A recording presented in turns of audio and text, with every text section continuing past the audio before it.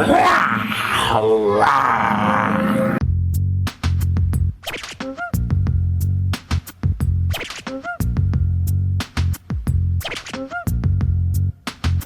on en cause cette semaine en Charente, on est à Bourgines pour rencontrer des dinosaures en chair et en os. Et j'ai avec moi le spécialiste international d'Angoulême, Jean-François Tournepiche.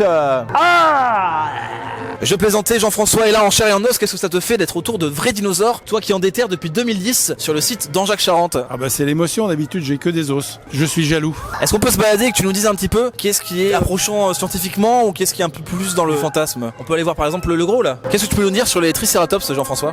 Un voyage dans l'Amérique du Nord, il y a 65 millions d'années. Tu parles pas d'un voyage personnel, tu parles du Triceratops. Je parle d'un voyage dans le temps. Est-ce que ça ressemble à un vrai Triceratops? Personnellement, j'en ai jamais vu de vivant, mais ça devait avoir un peu cette allure-là, d'après les os, les crânes. Ouais. D'accord. Comment font les scientifiques pour reproduire des dinosaures comme ça? Ils se basent sur quoi? Déjà, ils ont le squelette, donc ils ont à peu près les proportions. Ils imaginent les téguments. Les quoi? Les téguments, la peau et les cornes. T'as le tégument qui te gratte. Absolument, surtout quand je vois certaines reconstitutions. Ah ben voilà, un carnet de Davidosaurus, journaliste à la Paléo-Charente Libre, il y a 140 millions d'années. Et pourquoi elle a disparu cette espèce alors? Inadapté.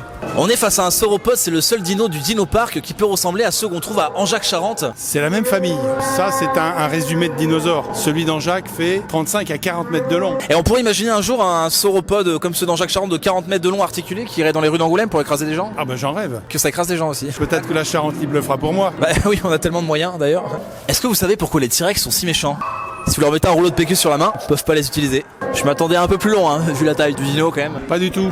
Ça, c'est l'os du bassin. La caractéristique de ces dinosaures, c'est d'avoir un bassin éclaté avec 3 os qui divergent. T'as diverge quand même, donc on n'est pas loin du couple.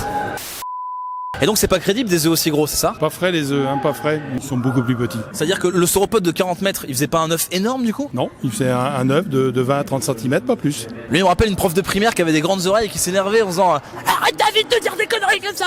Allez, joli jumper! Bon, on est beaucoup dans le spectacle et le show, mais l'important quand même, c'est que ça fasse rêver les enfants et que ça leur donne envie de s'intéresser aux dinosaures et aux vrais dinos. Ah oui, c'est à côté techno-dinosaure ici, boîte de nuit avec les petites lumières. Qu'est-ce qu'il y a là? Tarte ta gueule à la récré là!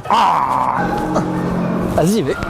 Vas-y, descends là, la Titi, là, T-Rex, m'a ravé la gueule, là. C'était l'électron spécial Dino Park. Merci à Jean-François Tournepiche pour son expertise, pour son professionnalisme, pour sa tarte tatin qui réussit à merveille et pour avoir déterré autant de dinosaures depuis 12 ans maintenant. Un petit mot pour la fin, Jean-François? Dinosaure, c'est trop mortel. C'est trop mortel, t'es vraiment un Jones, Jeff. À bientôt, Gigi.